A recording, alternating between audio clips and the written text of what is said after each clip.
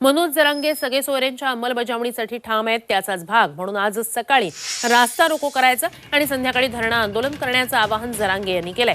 तर उद्या बैठक घेत आंदोलनाची पुढील दिशा ठरवली जाणार आहे. तसंच 12वीची परीक्षा सुरू असल्यानं विद्यार्थ्यांना त्रास होईल असा प्रकार करू नका असंही त्यांनी म्हटलंय. तर आंदोलनात समाजकंटक घुसतील त्यामुळे रेकॉर्डिंग करण्याचा सल्ला त्यांनी आंदोलकांना दिलाय. दरम्यान हे आंदोलन शांतपणे होणार असल्याचं आश्वासन जरांगेंच्या वकिलांनी कोर्टात दिलंय. या आंदोलनादरम्यान कायदा सुव्यवस्थेचा प्रश्न उपस्थित झाला तर कारवाई करू असं महाधिवक्त्यांनी कोर्टात सांगितलंय. जरांगेंच्या विरोधातल्या याचिकेची सुनावणी आता सोमवारी होणार आहे.